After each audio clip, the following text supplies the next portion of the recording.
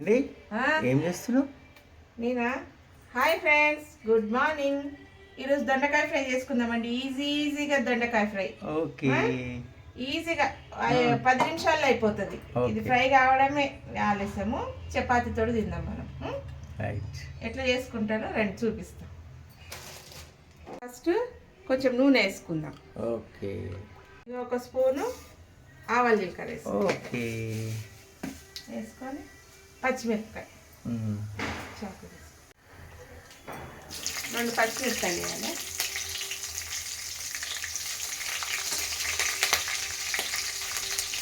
కరివేపాకు,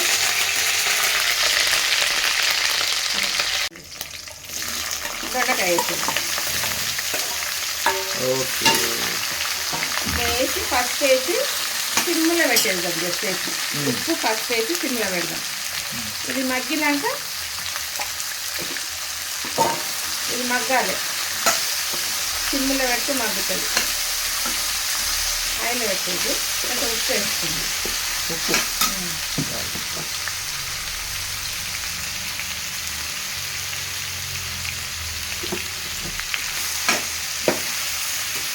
ఇది మగ్గేంత వరకు మనం రొట్టెలు చేసుకుందాం. పక్కకు పెట్టేద్దాం. పక్కకు పెట్టేసి మగ్గేంత వరకు మనం చపాతీలు చేసేస్తాం. కొంచెం మగ్గే వరకు మూత పెట్టుకుందాం. ఇదండి రొట్టెలు చేసేసుకుందాం. పెంక అయితే రెడీగా అయిపోయింది. ఇలా కస్తూరి మేతి కలిపినండి. రోజు పిండిలో కొంచెం కస్తూరి మేతి వేసి కలుపుకొని రొట్టెలు చేసుకోండి. షుగర్ అయితే కంట్రోల్లో ఉంటుంది. చాలా హెల్త్కి చాలా మంచిది. ఆరోగ్యానికి ఎంతో మంచిదంట. చాలా మంచిది. పుల్కా చేసుకుందాం. పుల్కా చేసేసుకుందాం. అటు దొండకాయ అయితే ఫ్రై అవుతుంది. సిమ్లో పెట్టిన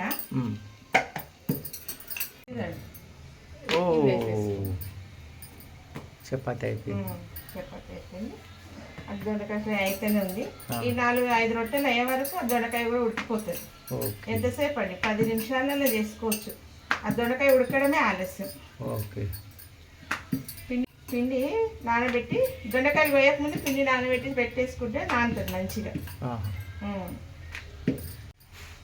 ఇదండి పుల్కా రెడీ అయిపోతుంది. రెడీ అవుతుంది. బాగా నైస్.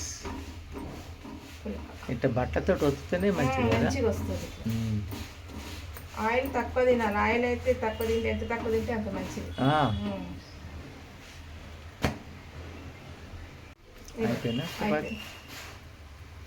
అయిపోయింది. ఆ దొండకాయ దాంట్లో ఉప్పు కారం అది వేసి ఇక దింపేయడమే. అయిపోయింది. చూద్దామండి. రొట్టెలు అయితే అయిపోయినాయి. ఆ రొట్టెలు చేసే వరకు ఇగో దొండకాయ కూర అయితే మగ్గిపోయింది మంచిగా. ఎంత మంచిగా మగ్గిపోయింది. మొత్తం మగ్గిపోయింది. ఉడిపోయింది. దీని లోపల కొంచెం ధనియాల పొడి వేసుకుంది.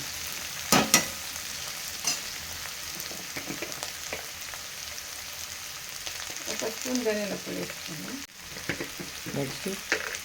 నెక్స్ట్ కొంచెం కారం. కొంచెమే ఉండాలి. దీనికి ఎక్కువ ఉండద్దు. కలుపుదాం మంచిగా.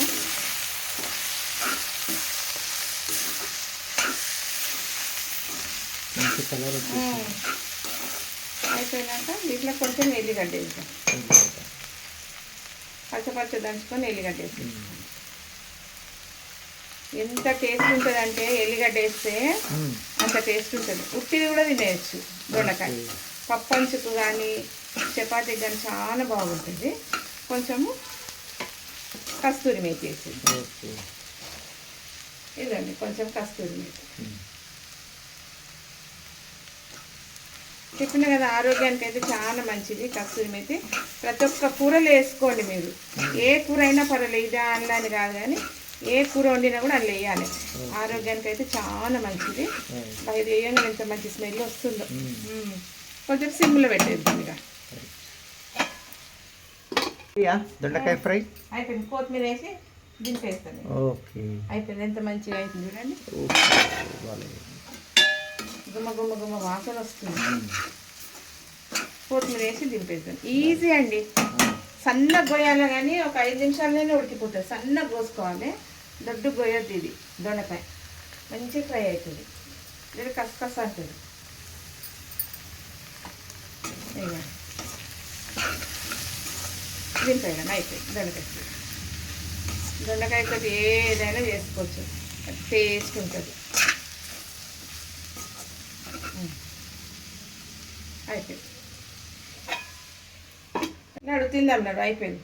ఇదండి చపాతి దొండకాయ ఫ్రై. ఓహో భలే అయిందండి. ఏం స్మెల్ వస్తుందండి బాబా. వెరీ నైస్, బాగా మంచిగా చేసుకొని తిని చూసి చెప్తాను. కస్తూరి మేతి దొండకాయ ఫ్రై. ఓకే.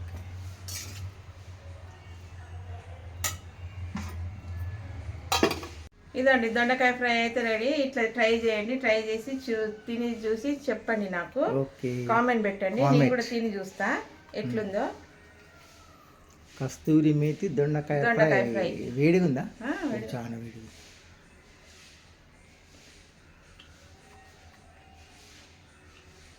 సూపర్, అదిరిపోయింది. అదిరిపోయింది. ఓకే, అన్నంతో కూడా తినొచ్చు. ఓకే, కస్తూరి మేతి దొండకాయ ఫ్రై. ఇట్లా ట్రై చేయండి. మీరు ట్రై చేసి కామెంట్ పెట్టండి. నచ్చితే గిట్ట లైక్ చేయండి. బాయ్.